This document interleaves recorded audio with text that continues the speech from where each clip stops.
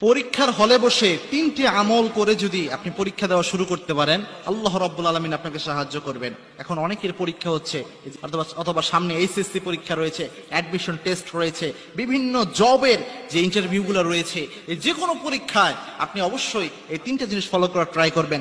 অনেক সিনিয়র আলেম থেকে এই পরামর্শগুলো এসেছে এবং প্রত্যেকটা হাদিসের একটা অথেন্টিসিটি রয়েছে।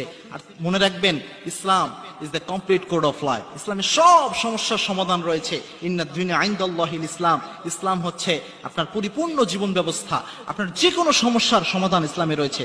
তেমন 3টি জিনিস, 3টি আমল স্পেশালি করার ট্রাই করবেন। যখনই পরীক্ষা হলে গেলেন, প্রথমে যে জিনিসটা করবেন সেটা হচ্ছে ইস্তিগফার করবেন। 3 বার আস্তাগফিরুল্লাহ পড়বেন। আস্তাগফিরুল্লাহ, আস্তাগফিরুল্লাহ, আস্তাগফিরুল্লাহ 3 বার পড়বেন। কারণ ইস্তিগফারের অনেক বেশি গুরুত্ব রয়েছে। ইবনে মাজায় বর্ণনা এসেছে, ইবনে আব্বাস রাদিয়াল্লাহু তাআলা আনহু হাদিস বর্ণনা করেছেন।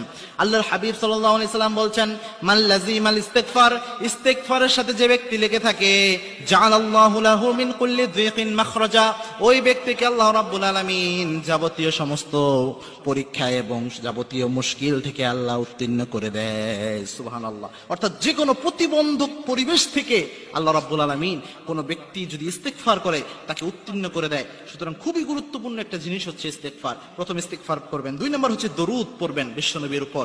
কারণ বিশ্বনবী সাল্লাল্লাহু আলাইহি ওয়াসাল্লাম বলেছেন,